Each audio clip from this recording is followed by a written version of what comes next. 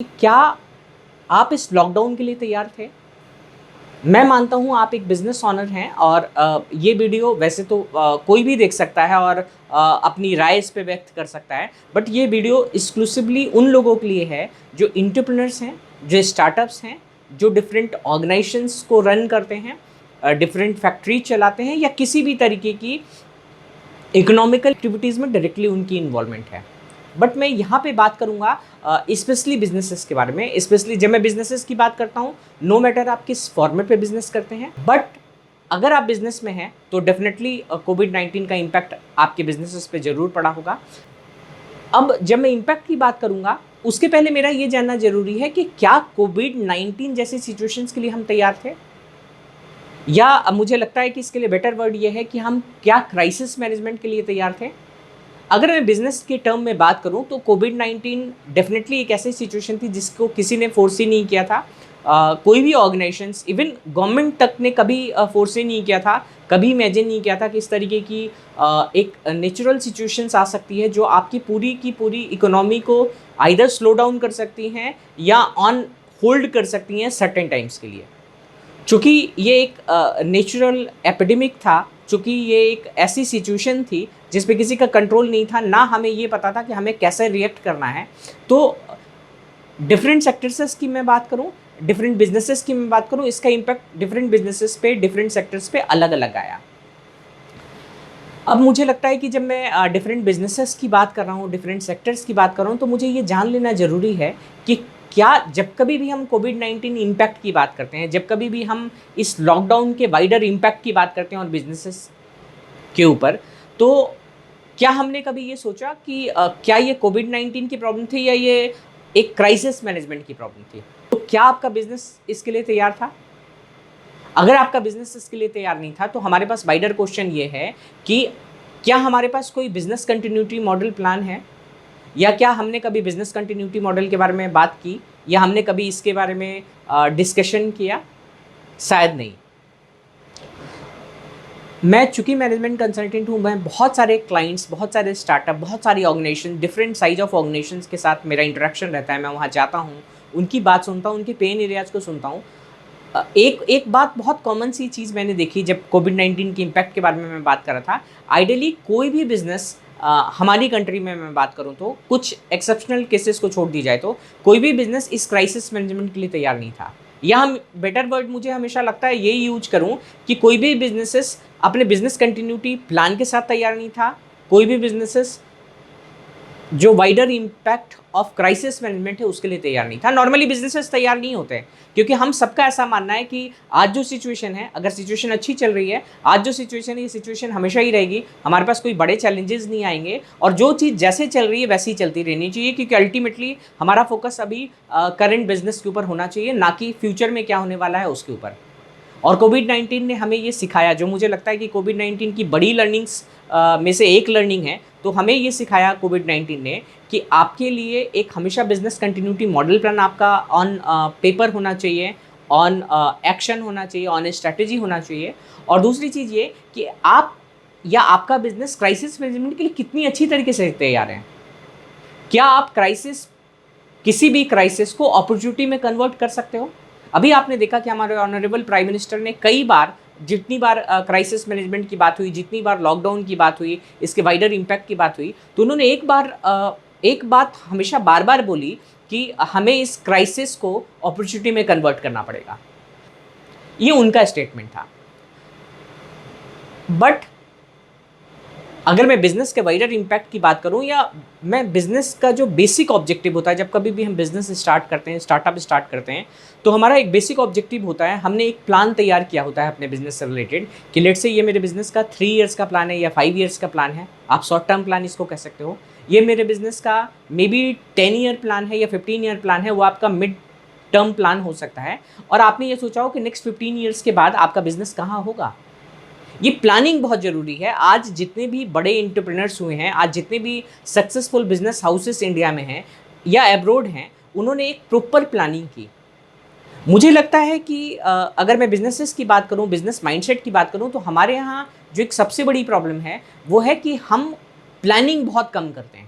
हम strategy level पे चीज़ें बहुत सोचते हैं, कम सोचते हैं, हमारा मैक्सिमम जो ध्यान होता है, जो कंसंट्रेशन होता है, वो एक्शन के ऊपर होता है। मैं एक्शन प्लान की भी बात नहीं कर रहा, क्योंकि मैंने ऐसे वेरियस ऑर्गेनाइजेशंस को देखा है जिनमें जहाँ डे नाइट एक्शन तो हो रहा है बट कोई एक्शन प्लान नहीं है। इट मीन्स कि कहीं कोई प्रॉपर प्लानिंग नहीं की गई है, कहीं कोई वाइडर इम्पैक्ट ऑफ सिचुएशन से निपटने के लिए कहीं कोई टीम नहीं है, कहीं कोई पॉलिसीज़ नहीं है। क्वेश्चन करना चाहूँगा कि अगर आप बिजनेस से 5 ईयर्स में हैं या 10 ईयर्स हैं या 15 ईयर्स में हैं, तो क्या 3 मंथ्स का कोविड-19 आपके 19 ईयर्स के बिजनेस को ख़त्म कर सकता है? और अगर ख़त्म कर सकता है, आपके अगर बिजनेसेस पे अगर वाइडर इम्पैक्ट डाल सकता है, तो आप यकीन माने आप बिजनेस के फॉर्मुलेशंस आपके गलत हैं, आपके बिजनेस का फाउंडेशन बहुत स्ट्रांग नहीं है। ये बात सुनने में ज़रूर थोड़ी सी अजीब लगेगी कि जो बिज़नेस इतना सक्सेसफुल चल रहा था, जिसकी मार्केट शेयरिंग भी अच्छी थी, वो बिज़नेसेस स्लो कैसा हो सकता है या उस बिज़नेसेस का फाउंडेशन रॉन्ग कैसे हो सकता है। ये बात मैं अपने एक्सपीरियंस के साथ कह रहा हूँ। ये बात अभी मैं बहुत सारे मीडिया फैक्ट्स को एनालाइज़ कर रहा था, बहुत सारी रिसर्च आई, बहुत सारे लोगों ने अपने थॉट लीडरशिप पेपर जनरेट किए और डिफरेंट जगह उन्होंने पोस्ट किया। इस बारे में बहुत सारा कंटेंट है। अगर आप स्पेशली यूट्यूब और चैनल लाइक लिंक्डइन पे जाते हैं, वहाँ आप देखते हैं कि कैसे बहुत सारी ऑर्गेनाइजेशंस ने इस क्राइसिस को एक अपॉर्चुनिटी में कन्वर्ट किया। शायद आपका कहना होगा कि मेरा बिजनेस इस तरीके का है या मेरी सर्विसेज इस तरीके की हैं कि वो इस क्राइसिस को अपॉर्चुनिटी में कन्वर्ट नहीं कर सकती थी। बट आप यकीन माने, मेरा ऐसा मानना है कि कोई भी बिज़नेस हो, अगर आप बिज़नेस में हैं, अगर आपका एक इम्पॉर्टेंट एलिमेंट आपके बिज़नेस का या इम्पॉर्टेंट मोटिव प्रॉफिट अर्न करना है, अपने बिज़नेस को एक सक्सेसफुली रन करना है और जैसे जैसे टाइम गुजरता है आप उसको सस्टेन करते हो, ग्रो करते हो, स्केल अप करते हो, तो अगर आपके ये बिज़नेस के एलिमेंट्स हैं या ये बिज़नेस के मोटिव्स हैं, तो आप बिल्कुल यकीन मानिए स्ट्रैटेजी और क्राइसिस मैनेजमेंट उसका एक बहुत इंपॉर्टेंट प्लान होना चाहिए, अगर अभी तक नहीं है तो। अब मैं बात करूंगा, जब मैं क्राइसिस मैनेजमेंट की बात करता हूं तो क्राइसिस मैनेजमेंट एग्जैक्टली, चूँकि हमने इकोनॉमिक्स में या हमने मैनेजमेंट में इसके बारे में बहुत पढ़ा, बट हमने प्रैक्टिकली अपनी लाइफ में ऐसी बहुत कम सिचुएशंस देखी। मैं अगर कुछ ग्लोबल इकोनॉमिक स्लोडाउन्स की बात करूं जो लास्ट 5 ईयर्स पहले या 10 ईयर्स पहले हुई, और हम लोगों ने देखा कि उसका वाइडर इम्पैक्ट जॉब कट्स पे हुआ, उसका वाइडर इम्पैक्ट बहुत सारी स्मॉल कंपनीज़ ने अपने बिजनेस ऑपरेशंस बंद कर दिए, बहुत सारे लोगों ने अपने प्रोडक्ट को कंप्लीट अपनी ऑफरिंग चेंज कर दी। हमने अभी तक उसका इम्पैक्ट यहाँ देखा है। बट यहाँ जब मैं कोविड-19 की बात करता हूँ तो इसके कुछ ऐसे इम्पैक्ट हुए जो हमारे को लगता है कि एनालाइज ज़रूर करना चाहिए, हमारे को समझना ज़रूर चाहिए। फॉर एन एग्जांपल, मेरे लिए एक बेस्ट एग्जांपल मुझे हमेशा ऐसा लगता है कि जब कभी भी हम एडप्टेबिलिटी की बात करते हैं, जब कभी भी हम टेक्नोलॉजिकल अपग्रेडेशन की बात करते हैं, जब भी हम डिजिटल ट्रांसफॉर्मेशन के अपने बिजनेस के बारे में बात करते हैं, तो हम बहुत सारी चीज़ों को नज़रअंदाज कर देते हैं। बट कंपनीज लाइक जूम, मैं यहाँ जूम के बारे में बात करने जा रहा हूँ, कंपनी लाइक जूम जिन्होंने इस क्राइसिस मैनेजमेंट में मे बी अपने 5 ईयर्स की जो उनकी प्लान जर्नी होगी वो उन्होंने 3 मंथ्स में कंप्लीट कर लिया। और जूम की अगर वैल्यूएशन देखें, अगर आप इंटरनेशनल जर्नल पढ़ते हैं, इंटरनेशनल न्यूज़ पढ़ते हैं, तो आपको पता चलेगा जूम जो ऐप है उसकी इंटरनेशनल वैल्यूएशन या उसकी कंपनी वैल्यूएशन एक सर्टेन लेवल तक स्काई लेवल चली गई। क्या मैं इसका मतलब ये मानूं कि जूम बेटर प्रिपेयर था किसी भी क्राइसिस मैनेजमेंट के लिए, या जूम ने सिंपली इस क्राइसिस को एक अपॉर्चुनिटी की तरह देखा, एक राइट टाइम पे राइट प्रोडक्ट की पोजीशनिंग करी और अल्टीमेटली उस राइट पोजीशनिंग से वो मार्केट लीडर बन गया।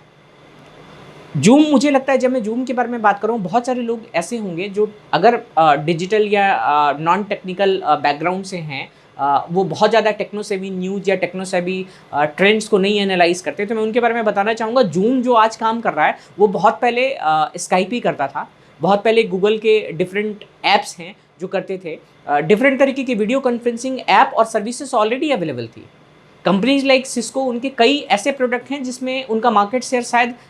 कोई टच ही नहीं कर सकता। मैं स्काइपी की बात करूं तो आज से सर्टेन ईयर्स पहले स्काइपी वाज द ओनली ऑप्शन अगर आपको वीडियो कॉन्फ्रेंसिंग करनी है, अगर आप इंटरनेशनल बिजनेस कर रहे हो या अगर आप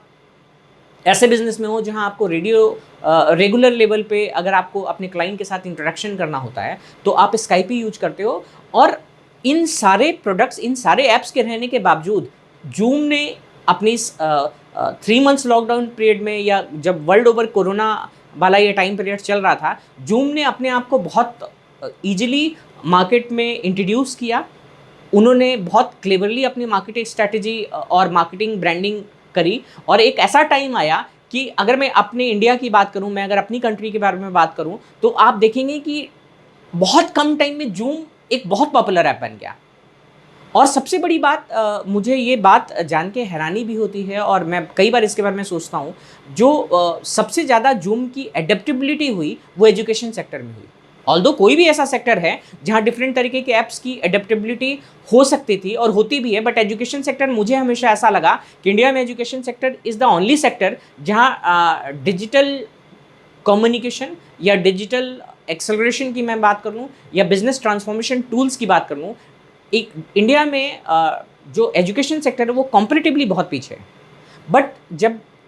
ऐसा टाइम आया जब सारे एजुकेशन या इन पर्सन एजुकेशन पॉसिबल नहीं था, सारे स्कूल्स ने रातों रात अपने टीचर्स को कहा कि आप जूम डाउनलोड कर लो। और आपने देखा, आपके घर में भी होगा कि आपके बच्चे पहले क्लास टीचर से पढ़ते थे, अब उन्होंने जूम के थ्रू डायरेक्ट क्लास टीचर से इंटरेक्शन करना शुरू किया और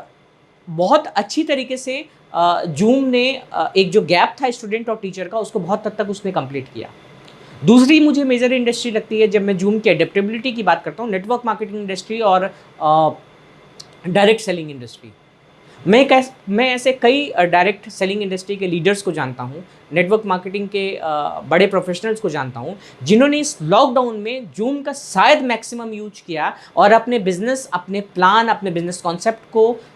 मार्केट में एक्सप्लोर करने के लिए, मार्केट में प्रोपोगेट करने के लिए, मार्केट में वायरल करने के लिए उन्होंने जूम का मैक्सिमम यूज किया। तो क्या हम ये माने कि जूम क्या अच्छी बिजनेस स्ट्रैटेजी के साथ साथ बिजनेस कंटिन्यूटी प्लान और क्राइसिस मैनेजमेंट के लिए पूरी तरीके से तैयार था, या जूम अपने आप में एक ऑल ऑफ सडन मिरेकल की तरह एक सर्टेन टाइम पीरियड पे बहुत ज़्यादा ग्रो कर गया? ये एक ऐसा क्वेश्चन है जिसके बारे में हमारे को सोचना चाहिए, जिसके बारे में हमारे को बात करना चाहिए। मे बी आंसर्स अलग अलग हो सकते हैं, वेरियस स्कूल ऑफ थॉट इस पे हो सकते हैं, बट मैं ये चाहूँगा कि इस पर आप अपना थॉट प्रोसेस जरूर शेयर करें। अब हम बात करते हैं back to again that topic, business continuity model. मुझे हमेशा ऐसा लगता है कि अच्छा, बिजनेस कंटिन्यूटी मॉडल के बारे में बात करेंगे उसके पहले लाइफ में हमने एक बड़ी चूँकि इंडिया में हम हैं, हमने अपने पेरेंट्स के साथ, अपने एल्डर्स से एक कॉमन प्रोवर्ब है, एक कॉमन ऐसी सीख है जो हम लोगों ने ज़रूर सुनी, आपने भी सुना होगा, सारे लोगों ने ये बात सुनी कि आपके पास जब आप नौकरी करना शुरू करते हो या अगर आप घर के अर्निंग में बरो, आपके पास आइडियली आपके हाउस होल्ड के 3 मंथ्स का एक्सपेंडिचर आपके पास हमेशा एज ए रिजर्व होना चाहिए, सो डैट कि कभी आपके लाइफ में कभी कोई ऐसी प्रॉब्लम आ जाए, कभी आप अनफोर्सिन सर्कमस्टांसेस के साथ ग्रिपल कर जाओ, कभी अनफोर्सिन सर्कमस्टांसेस के साथ आप प्रॉब्लमेटिक सिचुएशन में आ जाओ, तो आप अपने 3 मंथ्स के रिजर्व से अपनी फैमिली को चला पाओ। ये सीख सबको दी गई, ये सीख मैंने भी सुनी, ये सीख नॉर्मली जो पेरेंट्स इंडिया में हैं, जो बड़े लोग हैं, जो हमारे एल्डर्स हैं, उन्होंने हमारे को ये बात ज़रूर करी। बिजनेस में भी कई ऐसे स्टार्टअप्स हैं, आई वॉज सरप्राइज टू सी, कई ऐसे स्टार्टअप्स हैं जिनके इंसेप्शन का केवल 1 साल हुआ है या 1.5 साल हुआ है, बट उनका बिजनेस कंटिन्यूटी प्लान बिल्कुल रेडी था और उन्होंने अपने पास एक कॉर्पस या आप कह लें एक फंड रिजर्व रखा था, जिसके कारण वो 3 मंथ्स में सस्टेन कर पाएँ। वहीं दूसरी ओर कई ऐसी कंपनीज हैं, कई मेरे ऐसे क्लाइंट्स थे जिनका बिजनेस बहुत अच्छा चल रहा था, उनके पास फंड फ्लो की कोई प्रॉब्लम नहीं थी, उनके पास कैश फ्लो की कोई प्रॉब्लम नहीं थी, बट अनफॉर्चुनेटली उनके पास बेटर बिजनेस कंटिन्यूटी प्लान नहीं था, वो क्राइसिस मैनेजमेंट से निपटने के लिए तैयार नहीं थे, वो अपने स्टाफ को सैलरी नहीं दे पाए और अल्टीमेटली उन्होंने अपने स्टाफ को कहा कि आप प्लीज़ दूसरी जॉब सर्च कीजिए, और मैक्सिमम लोगों ने अपने बिजनेस ऑपरेशंस बंद कर दिए। अभी मैं न्यूज़ में देख रहा था, इसी कॉन्टेस्ट की बात है, मैं न्यूज़ में देख रहा था कि न्यू दिल्ली में एक प्लेस है, एक बड़ा मार्केट कॉम्प्लेक्स है जो प्रॉब्ली एशिया का one of the costliest market complex है, जो वहाँ पे शॉप्स थी, उसमें से मोर देन 50% शॉप्स या तो बंद हो गई या बंद होने के कगार पे पहुँच गई, क्योंकि उनका ये कहना था कि हम अपनी शॉप्स इसलिए बंद कर रहे हैं क्योंकि मार्केट में हमारे पास कस्टमर नहीं आ रहे हैं, और अल्टीमेटली अगर शॉप का मेरे रेंट 6 लाख है या 5 लाख है या 2 लाख है या 1 लाख भी है, तो हम उस रेंट को पे नहीं कर पा रहे हैं। आप यकीन मानिए, मैं जितने शॉप्स के बारे में बात कर रहा हूँ खान मार्केट में, वो शॉप्स कोई छोटी मोटी शॉप्स नहीं है, वो शॉप्स बहुत टाइम से खान मार्केट में हैं और वो एक्स्ट्राऑर्डिनरी प्रॉफिट अर्न करती हैं। अगर कोई चीज़ पूरी न्यू दिल्ली में 100 रुपीज़ की मिल रही है, तो आप खान मार्केट में उन कॉम्प्लेक्स में जाएं और अगर आप सेम प्रोडक्ट को खरीदें तो वही सेम प्रोडक्ट आपको वहाँ 150 रुपीज़ में मिलेगा। इट मीन्स की प्रॉफिटेबिलिटी और प्लस प्रॉफिटेबिलिटी उन्होंने बहुत अर्न किया, बट प्रॉब्लम क्या आई, वो चूंकि उनका बिजनेस कंटिजेंसी प्लान कोई रेडी नहीं था, उन्होंने कभी स्ट्रैटेजिकल सोचा नहीं था कि अगर लॉकडाउन जैसी सिचुएशन आ गई या क्राइसिस मैनेजमेंट जैसी सिचुएशन आ गई तो आखिर वो अपने शॉप को मेंटेन कैसे करेंगे, सस्टेन कैसे करेंगे, और एज ए रिजल्ट 50% से ज़्यादा शॉप्स बंद हो गई। मैंने मीडिया कवरेज में देखा और आई वॉज सरप्राइज टू सी कि क्या जो बिजनेस ऑनर्स हैं जिन्होंने एक हैविली इन्वेस्ट करके खान मार्केट जैसी जगह में अपनी शॉप्स ली या अपने बिजनेसेस को रन किया, क्या उन्होंने कभी बिजनेस कंटिन्यूटी नहीं सोचा? क्या उन्होंने कभी बिजनेस क्राइसिस मैनेजमेंट के बारे में नहीं सोचा? दूसरी बात आती है, हमारे कई ऐसे लोग हैं, जब मैं फैक्ट्रीज़ की बात करता हूँ स्पेशली, हमारे कई ऐसे फैक्ट्रीज़ हैं, हमारे कई ऐसे प्रोडक्ट डेवलपमेंट कंपनीज़ हैं जिनकी इन्वेंट्री को तैयार करने के लिए फैक्ट्री चाहिए होती है। और आपने देखा कि लॉकडाउन में एक बहुत बड़ा इशू जो पूरे मीडिया में भी छाया रहा, वो इशू था जो माइग्रेंट लेबरर्स हैं वो दिल्ली या मुंबई या बड़े सिटीज़ को छोड़ के वो अपने होम टाउन जाने लगे। एज ए रिजल्ट इसके ऊपर बहुत पॉलिटिक्स हुई, बहुत सारी न्यूज़ आई, डिफरेंट मीडिया को अगर आप उठा के देख लें तो न्यूज़ से मीडिया बिल्कुल भरी हुई थी जब इस तरीके की इश्यूज़ आ रहे थे। बट उसका वाइडर इम्पैक्ट, जैसे ये लॉकडाउन अनलॉक हुआ, उसका वाइडर इम्पैक्ट फैक्ट्री और बिजनेसेस पे पड़ा। जो भी फैक्ट्रीज जहाँ ह्यूमन रिसोर्स एक बहुत इंपॉर्टेंट एस्पेक्ट है और उनको लेबर चाहिए अपनी फैक्ट्रीज को रन करने के लिए, उनको कोई स्किल्ड लेबर नहीं मिल रहा था जिससे वो फैक्ट्री रन कर पाएँ। सो अनलॉक तो हो गया, बट वो उनका जो लॉकडाउन कोविड-19 के दौरान हुआ, अभी भी वो कम्प्लीटली अपने बिजनेस को अनलॉक नहीं कर पाए। सेम बहुत सारी ऐसी कंपनीज हैं जो एक्सपोर्ट या इंपोर्ट में थी और कोविड-19 के कारण, चूँकि कोविड-19 एक वर्ल्ड वाइड एपिडेमिक था, तो उनके कई काउंटर पार्ट्स या उनके कई डिफरेंट बिजनेस क्लाइंट्स जो एब्रोड थे, वो उनसे कम्युनिकेट ही नहीं कर पाए क्योंकि उन्होंने कभी अपना एक प्रॉपर कोई कम्युनिकेशन चैनल नहीं बनाया। सेम बहुत सारी ऐसी कंपनीज थी जो सर्विस सेक्टर में थी, उन्होंने क्या किया, उन्होंने कभी डिजिटल एक्सेलरेशन को बहुत ज़्यादा ध्यान नहीं दिया, उन्होंने कभी बिजनेस क्राइसिस मैनेजमेंट के बारे में नहीं सोचा और वो बिजनेस को बिल्कुल ट्रेडिशनली वैसे ही चला रहे थे जैसा आज से बिजनेस 50 ईयर्स पहले चलता था। एज ए रिजल्ट जैसे लॉकडाउन हुआ, चूँकि उनका ट्रैक्शन, उनकी मूवमेंट बंद हो गई, तो एज इट इज़ उनका आज या तो बिजनेस उनके बंद हो गए या उनके बिजनेस बंद होने के कगार पे आ गए। जब इस वीडियो में मैं लॉकडाउन और उसके वाइडर इम्पैक्ट के बारे में बात कर रहा हूँ, डेफिनेटली इस वीडियोस के कई डिफरेंट सीरीज होंगे जिसमें मैं इंडस्ट्री स्पेसिफिक इम्पैक्ट के बारे में बात करूँगा कि लॉकडाउन का इम्पैक्ट अगर आप एक्स इंडस्ट्री या वाई इंडस्ट्री या जेड इंडस्ट्री से हैं, आपके बिजनेस पे इसका क्या फ़र्क पड़ा और इससे आप कितनी जल्दी ओवरकम हो सकते हैं। मेरी नेक्स्ट वीडियो इसके ऊपर होगी, मैं इंडस्ट्री स्पेसिफिक वीडियोज़ के बारे में बात करूँगा। उसके पहले मुझे एक बात आपसे जाननी है, एक कॉन्सेप्ट के बारे में आपसे बात करना है। आपने देखा होगा इन दिनों इंटरनेट पे, स्पेशली लिंक्डइन पे, यूट्यूब पे ऐसे बहुत सारे ओवरनाइट कंपनीज आ गई जिन्होंने कहा कि आप डिजिटल अडॉप्ट कर लो और आपकी कंपनी सस्टेन कर जाएगी, आपका बिजनेस सस्टेन कर जाएगा। क्या ये पॉसिबल है?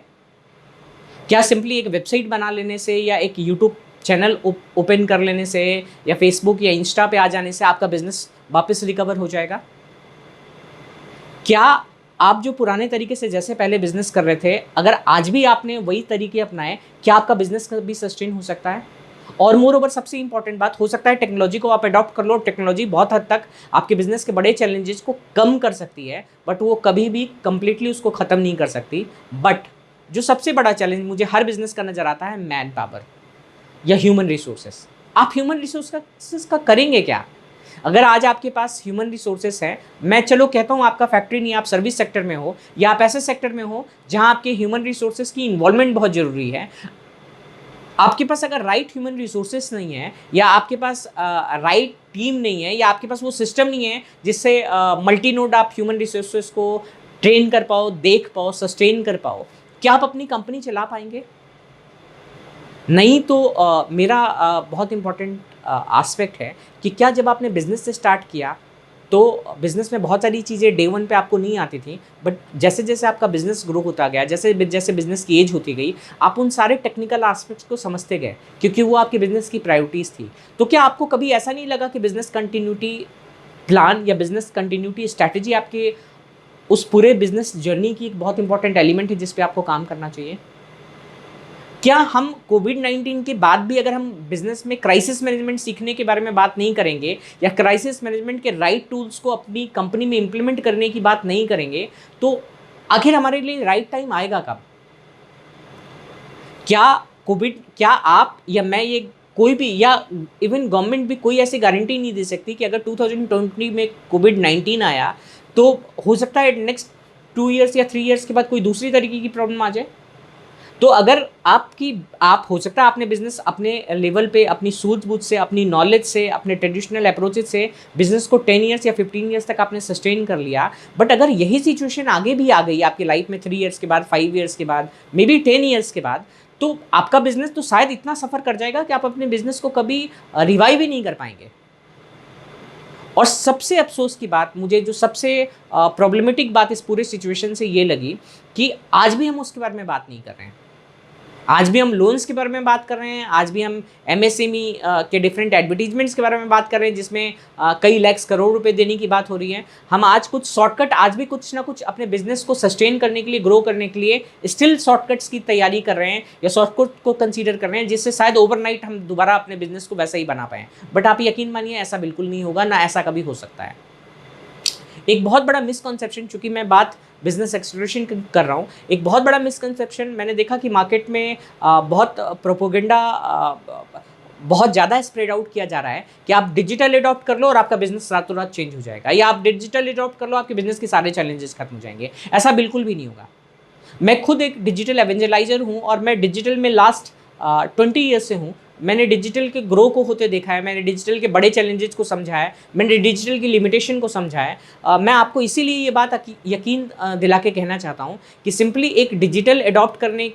लेने से, या सिंपली एक CRM सॉफ्टवेयर लगा लेने से, या एक्स सॉफ्टवेयर लगा लेने से आपका बिजनेस कभी भी सस्टेन या ग्रो वैसे नहीं कर पाएगा जैसे पास्ट में करा था। इट मीन्स कि हमारे पास बड़े क्वेश्चंस हैं। डिजिटल इनोवेशन और डिजिटल एक्सेलरेशन को समझने के पहले हमारे को अपने बिजनेस के बेसिक फंडामेंटल को समझने की जरूरत होगी।